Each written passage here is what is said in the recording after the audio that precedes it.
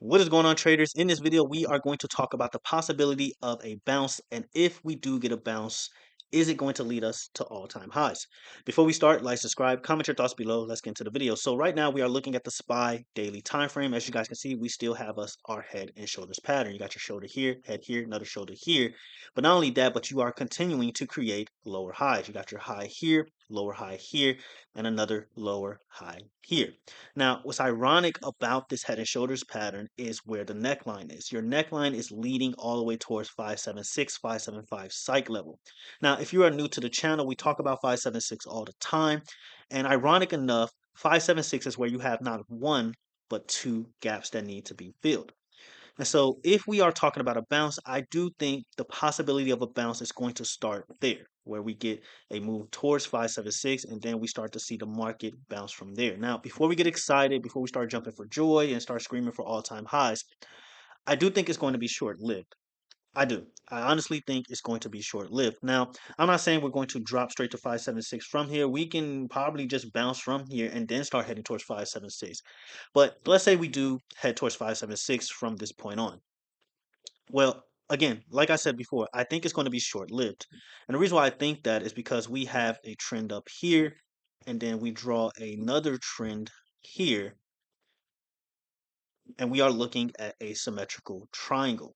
And right now, we have broken below that symmetrical triangle. So again, if we do get a bounce, I do imagine that it's going to be from that 576 target. And so, just so we're not confused, I'll just map it out for you guys. We hit 576, 575. We retest back towards the upside.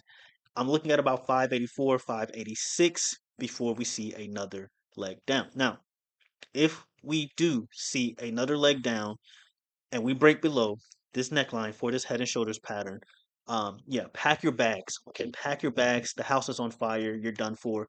Um, not even your renter's insurance can save you at this point, okay?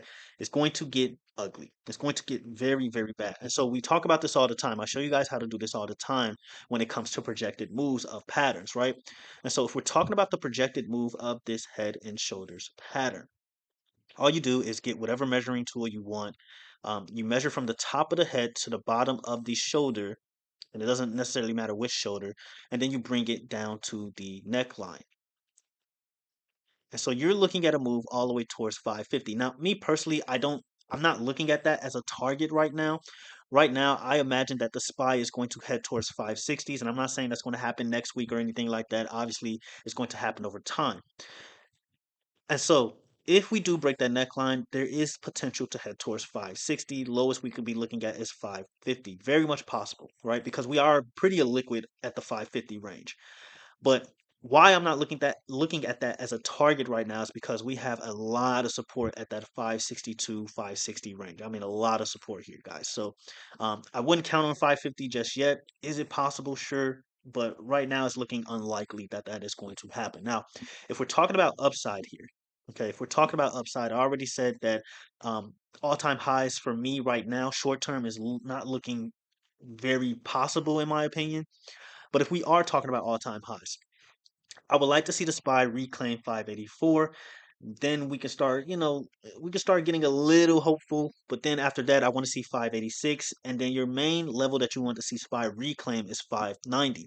Last week, we saw SPY hit 589 and it's continued to struggle to get past 590. So obviously, we want to see bulls take control and get above that level of 590. We get above 590, you're heading towards 592. After 592, you get pretty liquid all the way towards 595.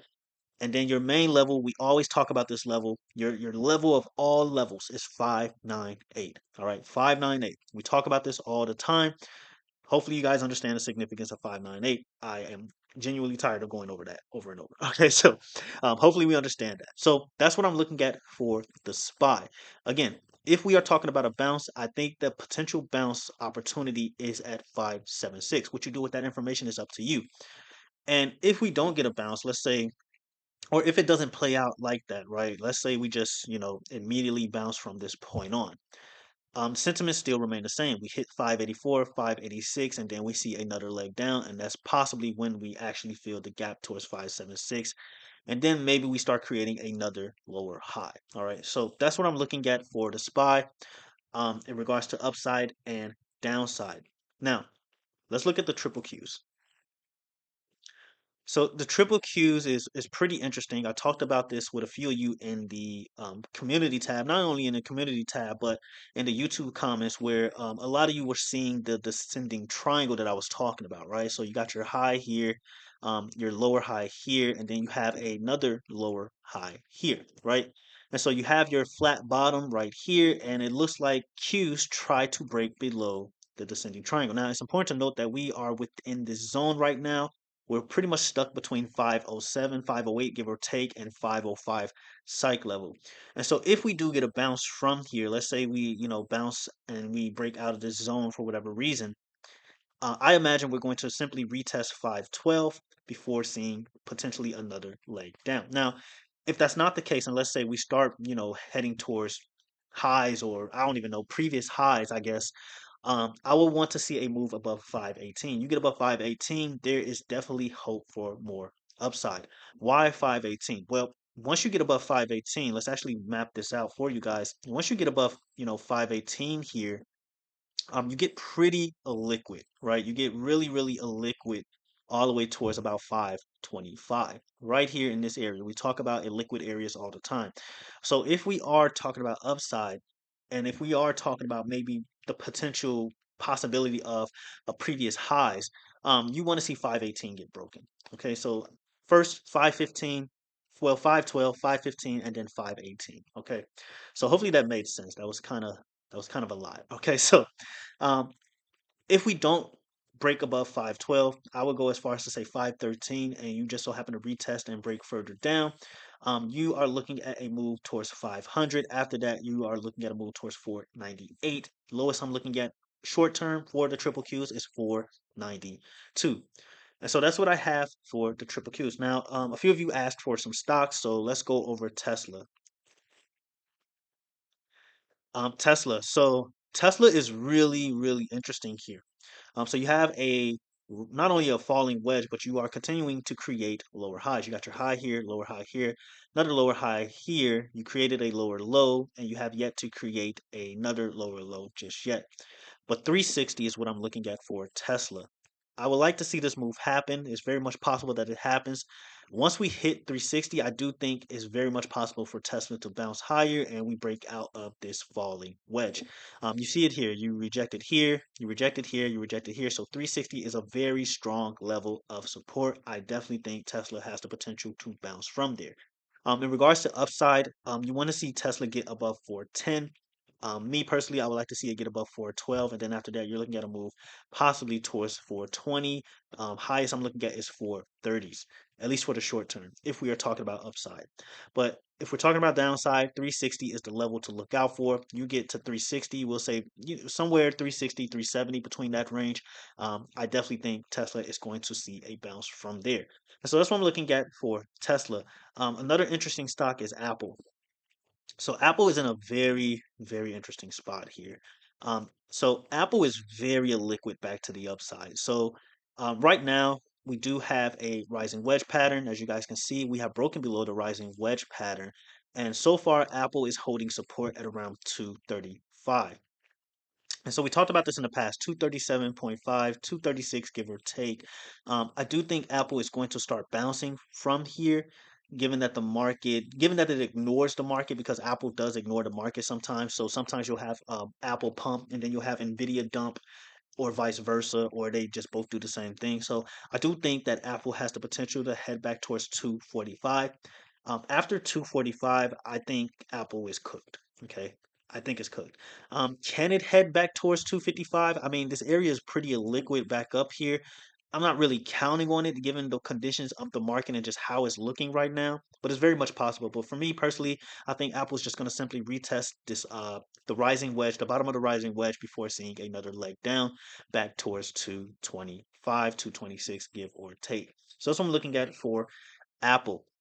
Next stock is MSTR. Someone asked for MSTR. I'm just gonna go over Bitcoin because going over those kind of stocks is kind of pointless when all you can do is just look at Bitcoin. So when we're talking about Bitcoin right now, Bitcoin has broken below this trend right here. You bounced here, you bounced here, you bears tried to break it down here, ended up being a bear trap. bull stepped in, you bounced here again, and now you are breaking below this trend once again. And so when it comes to Bitcoin, right now, guys, I'm not bullish on Bitcoin. I'm just not. As long as it's trading between 92K and 100K, there's not much to talk about here. Me personally, I think it's going to start heading towards 88K. That's just me. As long as it stays below this trend, and as long as it stays below, I would say 97K, I think it's going to head towards 88K. So be careful with Bitcoin. I don't trust it here. If it breaks above 100K, we can start leaning bullish. Me personally, I would like to see Bitcoin get above 103K. If it gets above 103K, we're in business. Okay, we are in business. We're going to see some astronomical levels. Won't talk about that yet, but definitely be on the lookout for that. But right now, don't trust Bitcoin. Don't like where it is.